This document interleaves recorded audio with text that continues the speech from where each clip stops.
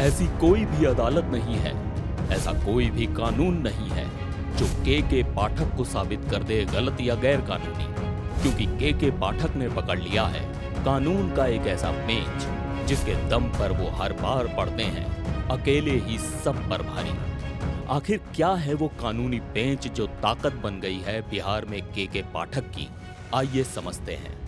बिहार में सरकारी स्कूलों के टाइम टेबल को लेकर शिक्षा विभाग और शिक्षकों के बीच, या यूं कह लें कि शिक्षा विभाग के अपर मुख्य सचिव के पाठक और शिक्षकों के बीच मचा घमासान लगातार जारी है। क्योंकि एक तरफ जहां शिक्षक सरकार से ये मांग कर रहे हैं कि स्कूलों के संचालन की अवधि में जल्द से जल्द बदलाव किया जाए, वहीं दूसरी तरफ बिहार का शिक्षा विभाग किसी भी तरह के बदलाव के मूड में नहीं दिखाई दे रहा है। नतीजतन ये विवाद फिलहाल थमता हुआ नजर नहीं आ रहा है और शिक्षक इसके लिए के पाठक को जिम्मेदार मान रहे हैं। बता दें कि बिहार में प्रचंड गर्मी को देखते हुए बीते दिनों बिहार सरकार के शिक्षा विभाग की तरफ से एक फरमान जारी किया गया था, जिसके मुताबिक 16 मई से सभी सरकारी स्कूलों का संचालन सुबह 6 बजे से दोपहर 1:30 बजे तक करने का आदेश है, जिसमें सुबह 6 बजे से दोपहर 12 बजे तक छात्रों को पढ़ाने और 12 बजे छात्रों की छुट्टी के बाद से शिक्षकों के लिए दक्ष मिशन का समय निर्धारित किया गया है। इस तरह कुल मिलाकर शिक्षकों को सुबह 6 बजे से दोपहर 1:30 बजे तक यानी 7.5 घंटे की ड्यूटी का निर्देश मिला था।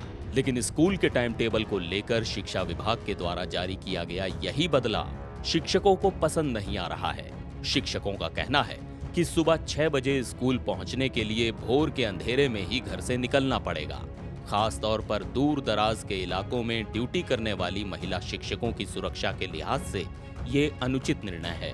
इसीलिए शिक्षकों की मांग है कि स्कूल खुलने का समय सुबह 6 बजे से बढ़ाकर 7 बजे या कम से कम 6:30 बजे से कर दिया जाए। साथ ही छुट्टी का समय दोपहर 1:30 बजे की बजाय 12 बजे कर दिया जाए।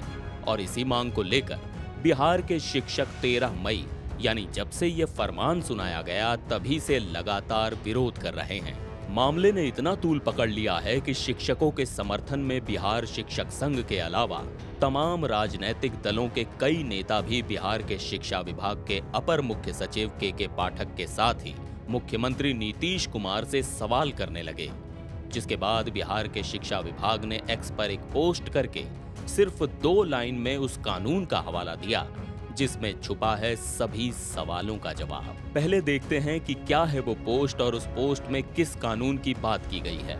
निशुल्क और अनिवार्य बाल शिक्षा का अधिकार अधिनियम 2009 के तहत प्रतिदिन शिक्षकों के लिए कार्य अवधि 7.5 घंटे। इसमें पठन पाठन की तैयारी की अवधि भी निहित है। और इसी पोस्ट के जरिए विभाग ने ये साफ कर दिया है कि शिक्षा का अधिकार कानून 2009 के तहत स्कूल में काम करने की अवधि 7.5 घंटे तय है।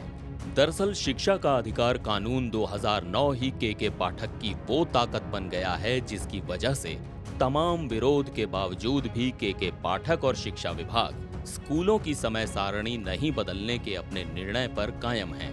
और जब तक ये कानून है तब तक देश की कोई भी अदालत या कानून के पाठक के निर्णय को गलत या गैर कानूनी नहीं ठहरा सकता, क्योंकि के पाठक बिहार में शिक्षा सुधार के लिए जो भी फैसले या बदलाव कर रहे हैं वो इसी कानून के तहत कर रहे हैं। इसलिए आपके लिए जानना भी जरूरी है कि आखिर क्या है निशुल्क और अनिवार्य बाल शिक्षा का अधिकार अधिनियम 2009, जिसे RTE या राइट टू एजुकेशन के नाम से जाना जाता है। दरअसल बच्चों को मुफ्त और अनिवार्य शिक्षा का अधिकार अधिनियम 2009 एक ऐसा अधिनियम है जिसका उद्देश्य भारतीय संविधान के अनुच्छेद 21A के तहत भारत में 6 से 14 वर्ष के सामान्य बच्चों और 6 से 18 साल तक के विकलांग बच्चों को मुफ्त और अनिवार्य शिक्षा प्रदान करना है, जिसके तहत सप्ताह में 6 दिन और 45 घंटे स्कूलों के संचालन का प्रावधान है। इस लिहाज से अगर हिसाब लगाया जाए तो के पाठक ने सुबह 6 बजे से दोपहर के 1:30 बजे तक स्कूलों के संचालन का आदेश दिया है,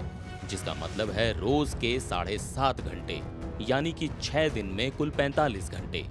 इसलिए अगर शिक्षकों की मांग पर वो स्कूल का टाइम सुबह 6 बजे की जगह 6:30 करते हैं या छुट्टी का टाइम अगर दोपहर 1:30 बजे की बजाय 12 बजे करते हैं तो 6 दिन में 45 घंटे स्कूल के संचालन के कानून की अवहेलना हो जाएगी। ये कार्य अवधि बिल्कुल उतनी ही है जितनी की राइट टू एजुकेशन में निर्धारित की गई है। इसलिए के पाठक और उनका शिक्षा विभाग अपनी साइड से बिल्कुल कानूनी और करेक्ट है। एनडीटीवी ऑनलाइन की रिपोर्ट।